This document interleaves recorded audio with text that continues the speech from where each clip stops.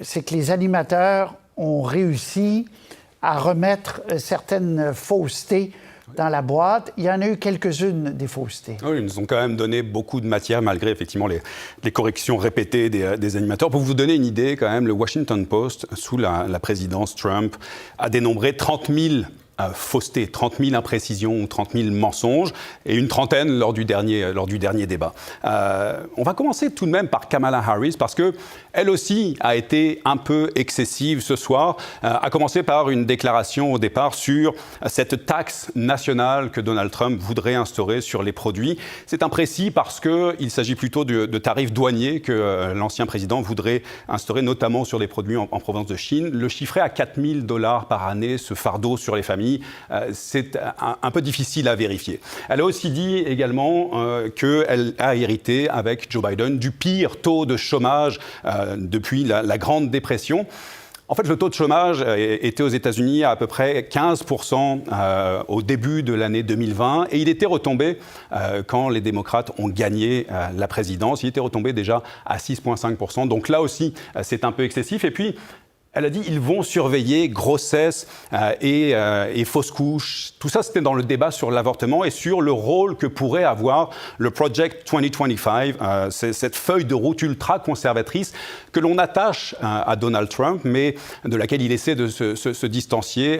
Mais donc voilà pour Kamala Harris, les approximations étaient beaucoup plus nombreuses pour Donald Trump et carrément les mensonges.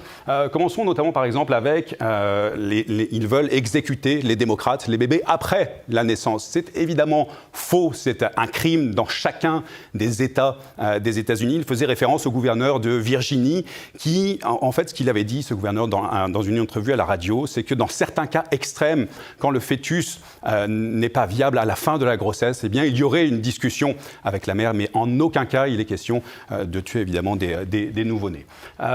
21 millions d'immigrants, évidemment, il a répété ça encore. Les services frontaliers disent que c'est la moitié à peu près, 10 millions d'immigrants illégaux qui seraient rentrés sous l'administration Biden. Et il dit aussi, Donald Trump, que les démocrates les font rentrer pour qu'ils puissent voter. Faux, parce que pour voter, il faut être un citoyen américain et ça peut prendre plusieurs années.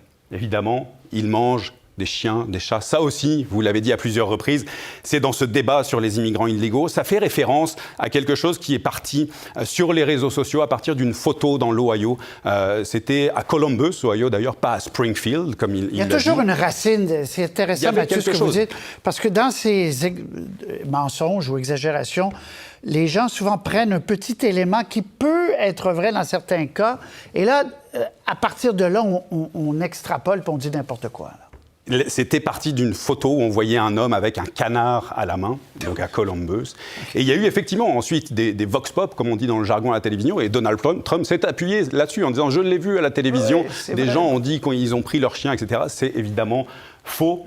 Qu'est-ce qu'il a dit également? Il parle de je n'ai eu aucune inflation sous mon mandat, ou pratiquement aucune. En fait, l'inflation cumulée sous le mandat de Donald Trump était à 7,8%.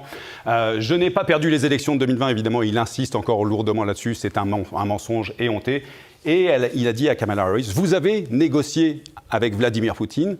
Faux, elle s'est rendue effectivement en Ukraine pour rencontrer le président Zelensky avant l'invasion russe. Elle n'a jamais rencontré le président Poutine.